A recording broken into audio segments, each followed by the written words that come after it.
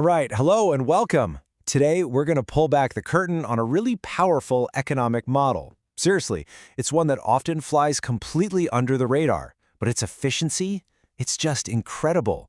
We're going to get right into the secret of what the source material calls Sharia-inspired hearts.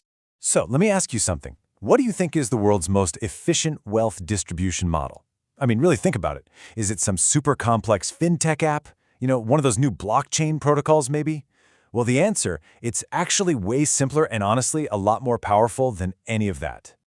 Okay, so let's start with part one, the Friday generosity engine. And this isn't some machine we're talking about. Nope, it's a look at Islamic economics in its absolute purest form. So let me set the scene for you. I want you to picture this, okay? It's a hot, sticky Friday morning in Malaysia.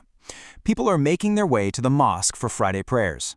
And as they walk in, boom, they see these tables just filled with fresh fruits, cold drinks, and sometimes even full-on hot meals, all just waiting for them. But here's the really wild part. It's what you don't see. There are no announcements, no big sponsorship banners, no "this meal was brought to you by" credits, nothing. The food just appears every single week, like clockwork. It's a system running on pure, totally anonymous generosity. And if you happen to be there, chances are an older man, an uncle, will grab your arm and say, "Adik, mari makan," which means, "Young man, come eat." And you have to understand, this isn't just a friendly suggestion. It's more like a loving command. It comes from this amazing culture of what the source calls competitive generosity. People are literally competing with each other to give, all for the spiritual reward, the pahala. And this whole scene brings us to the absolute heart of this explainer. What is it that's powering this incredible system? Well, it's not just a bunch of rules. It's a completely different mindset. And this is where we see the huge difference between being just compliant and being truly inspired.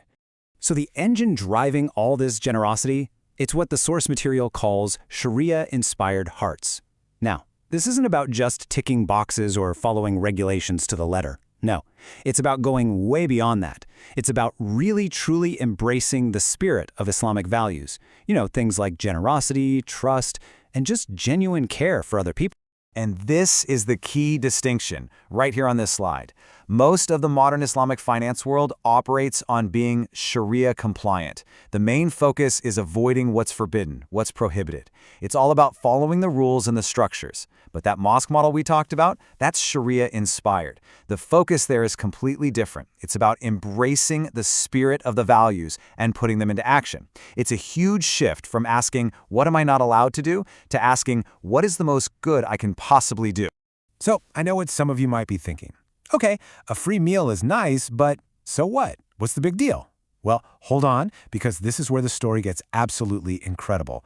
Let's trace the global ripple effect of just one of these small acts of generosity. Just look at this journey. It all starts with one person, say a construction worker, who gets a free meal at the mosque. Because of that, he saves the 10 ringgit he would have spent on lunch. Now that RM10 doesn't seem like much, but it becomes part of the money he sends back home to his family every month. That 10 ringgit helps his family buy a little extra rice in their village. And over time, those small savings, they add up.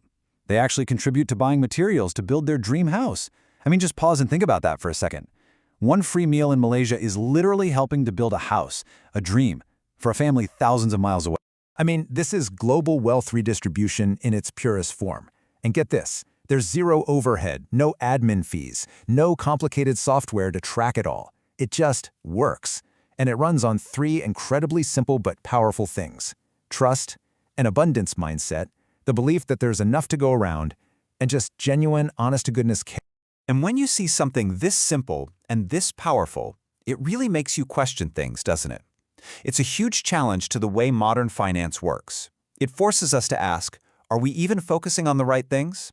Because maybe, just maybe, the real innovation we need isn't better software, it's better hardware. So let's really break this down side by side. The mosque model, it runs on trust that's just instantly assumed. The efficiency is off the charts, zero overhead, and the impact creates these incredible global ripples. Now look at modern institutions. Trust has to be contractual, it has to be verified. That leads to high administrative costs. And what's the measure of success? Usually profit and loss. The mosque's biggest advantage is genuine care. For institutions, it's technology and capital. So you have to ask yourself, which one is actually more efficient at changing a person's life? And this, really, is the biggest takeaway from all of this. The revolution that Islamic finance, and you could argue all finance, really needs isn't about more sophisticated products or more complex instruments. That's not the answer. The real game changer, the real revolution, will come from leaders who have pure, Sharia-inspired hearts, leaders who operate from a place of genuine care. So I want to leave you with one final question to think about.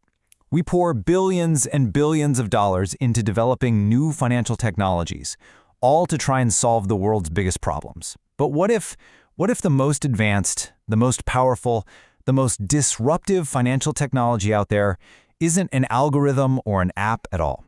What if it's just genuine, simple human care?